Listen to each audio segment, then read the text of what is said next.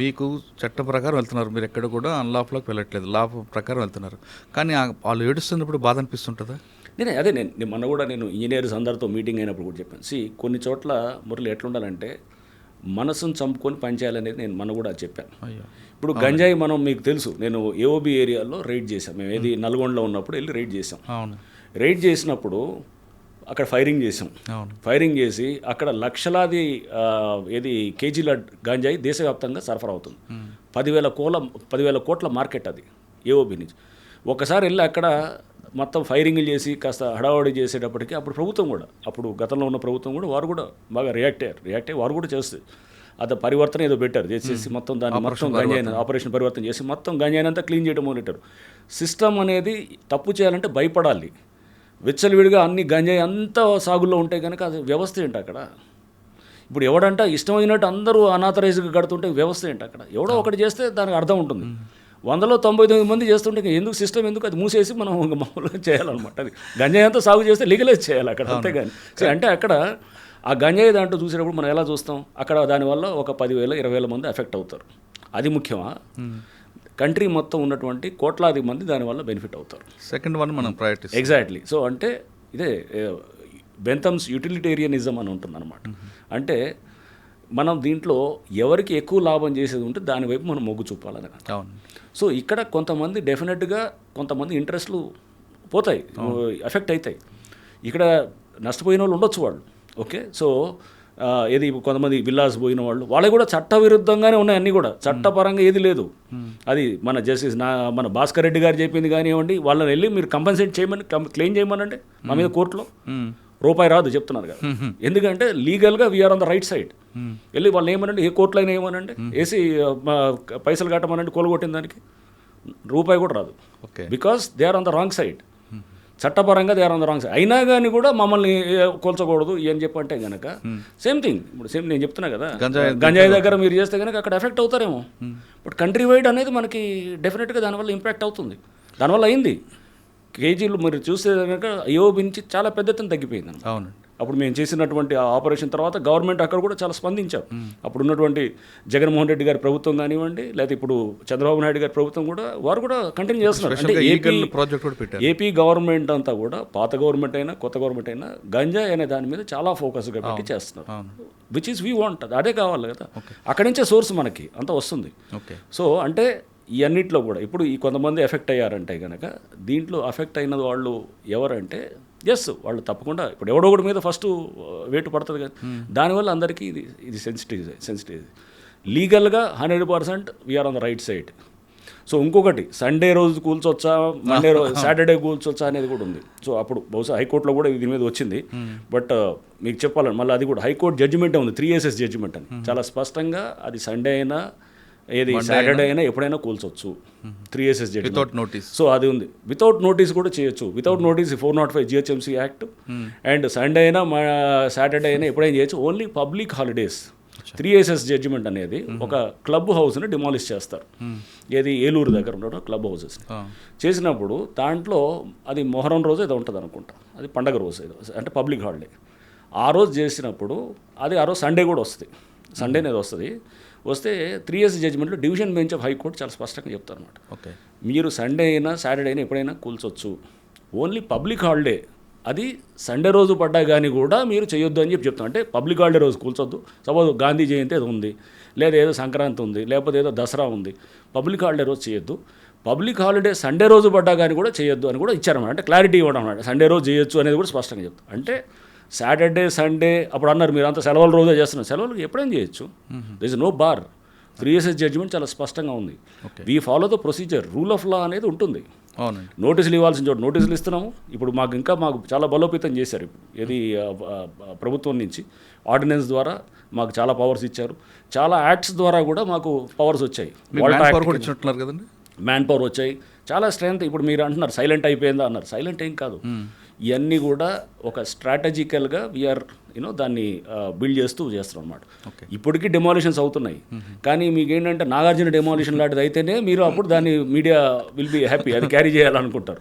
So వెనకాల చాలా జరుగుతున్నాయి, డెమాలిషన్స్ అవుతూనే ఉన్నాయి, కానీ అది చిన్న చిత్కా అన్ని జరుగుతూనే ఉన్నాయి.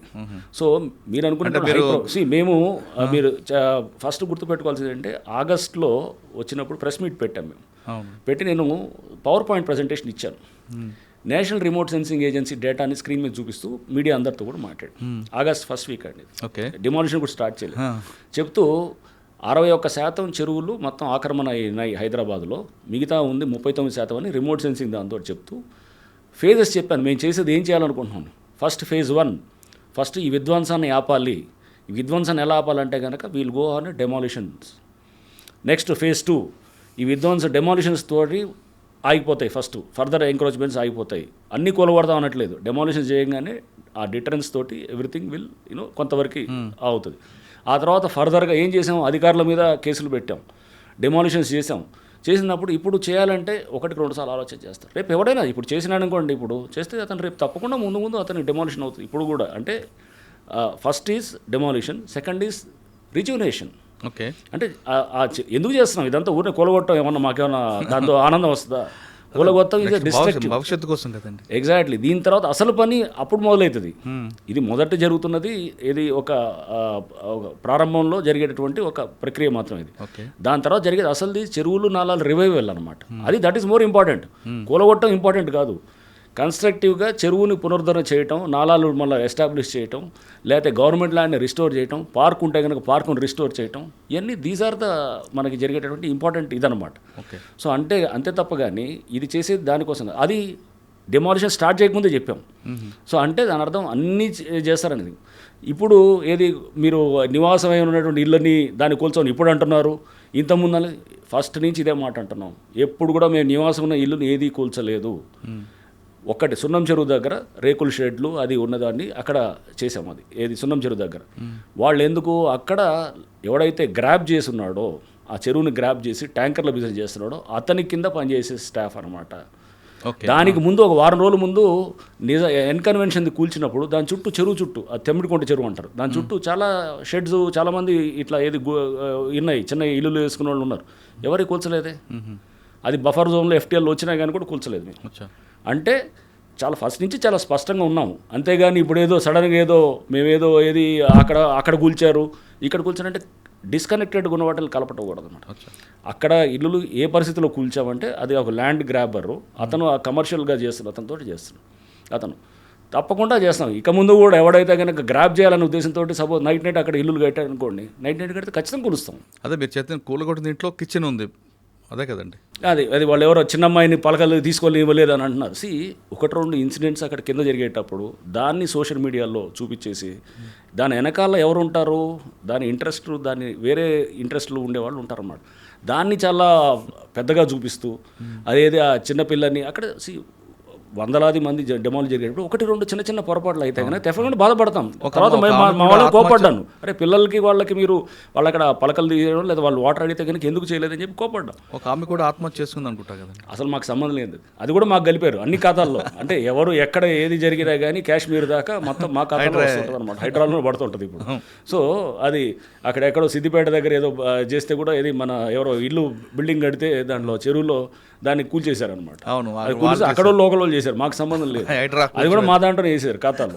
సో ఇప్పుడు ఆమె ఎవరో లేడీ ఎందుకు చనిపోయిందో ఏమో తెలియదు. ఆ కుక్కట్పల్లి పోలీస్ స్టేషన్ పరిధిలో అక్కడ ఎక్కడో చనిపోతే ఆమె ఎక్కడో బఫర్ జోన్ అవతల ఉందంట ఆమె ఇల్లు. మరి వాళ్ళ పిల్లలతో ఏమి గొడవ ఏందో తెలియదు, కానీ అది అసలు మాకు సంబంధం లేదు, మేము ఒక నోటీస్ ఇచ్చింది లేదు, ఏమి లేదు, దాన్ని మమ్మల్ని చేస్తారు, మా అకౌంట్లో వేస్తారు. అట్లా అన్నీ అంటే దీని వెనకాల ఉన్నటువంటి మనం ఫస్ట్ గుర్తుపెట్టు, మేము we are fighting against a very very strong lobby. చాలా బలమైన నెక్సస్ ఉన్నటువంటి బలమైన ఇది డీప్లీ ఎంట్రెన్స్డ్ ఇంట్రెస్ట్ ఉన్న లాబీ మీద ఇది హైడ్రా ఫైట్ చేస్తుంది. సో దీంట్లో చూపించిందంతా కరెక్ట్ కాదు. ఇది అంటారు కదా, all that glitters is not gold. బయట కనపడేదంతా ఇది కాదు. సో దీని వెనకాల అజెండా వేరేది ఉంటుంది. ఆ అజెండాని జాగ్రత్తగా పబ్లిక్ గుర్తుపెట్టుకోవాలి. ఎందుకంటే దీన్ని మేము ఒక యుద్ధంలాగా చేస్తున్నాం, ఒక యజ్ఞంలాగా చేస్తున్నాం. రేపు భవిష్యత్తు తరాలు రేపు హైదరాబాద్ని మనం విముక్తి చేస్తున్నాం. ఈ చెరువులు, కుంటలు, కబ్జాలు, పార్కులు, గవర్నమెంట్ ల్యాండ్ నుంచి విముక్తి చేయడానికి ఒక సంస్థ పనిచేస్తుంది. ప్రభుత్వం దానికి చాలా సపోర్ట్ ఇస్తుంది. ఓకే. డిమాలిషన్స్ జరుగుతుంటాయి, ముందు కూడా జరుగుతాయి. ఆ జరిగే క్రమంలో డెఫినెట్గా మేము చేస్తుంటాం. బట్ డిమాలిషన్స్ ఒక్కటే మాది ముఖ్యమైనది కాదు. This is also important. ఇది చెరువులు అది ముఖ్యం మాకు. చేసిన దాన్ని మేము ఇప్పుడు చెరువులు పునరుద్ధరణ నెక్స్ట్ 10-12 చెరువులు టేకప్ చేస్తున్నాం. అది కూడా త్వరలో దానికి కూడా డిపిఆర్స్ కూడా రెడీ అవుతున్నాయి. సో సీఎం గారు కూడా చాలా దాని మీద చాలా ఫోకస్గా ఉన్నారు. సో మనం ఎట్లయినా కానీ కూడా చెరువులు పునరుద్ధరణ చేసి ఆ ఏరియాలో కనుక గ్రౌండ్ వాటరు అక్కడ ఫ్లడ్ మనం హ్యాండిల్ చేయగలిగేటట్టు, అక్కడ గ్రౌండ్ వాటర్ని మనం రిప్లెనిష్ చేయగలిగేటట్టు, లేకపోతే అక్కడ చుట్టూ ఒక మంచి రిక్రియేషన్ పార్క్. పబ్లిక్ విపరీతంగా వస్తున్నారండి. మన నిజాంపేటకి వెళ్తే అక్కడ వందలాది మంది వచ్చారు. ప్రతి చెరువు దగ్గరికి వెళ్తే వందలాది మంది వచ్చి వాళ్ళు సపోర్ట్ చేస్తున్నారు. అవన్నీ మనకు కనపడదు అనమాట. ఎక్కడో ఒకళ్ళిద్దరు చేసేదాన్ని ఇంట్రెస్టెడ్గా ఉండేవాళ్ళు వాళ్ళు తీసుకొచ్చి పెట్టేది. పబ్లిక్ వందలాది మంది, వేలాది మంది వచ్చి ఇదొక దీనిలాగా స్టూడెంట్స్ వస్తున్నారు, పిల్లలు వస్తున్నారు. మీరు HYDRAA is working for our future. Gandipet చెరువు దగ్గర కూడా ర్యాలీ చేశారు. అదే ఇప్పటికీ వస్తున్నారు చాలామంది పిల్లలు. So we are doing it not for ఏదో నాకు వచ్చే లాభం, లేకపోతే ఇంకెవడికో XYZకి వచ్చే లాభం ఏమి ఉండదు. వ్యవస్థకి, సమాజానికి ఒక లాభం ఉంటుంది అన్నమాట దీని ద్వారా.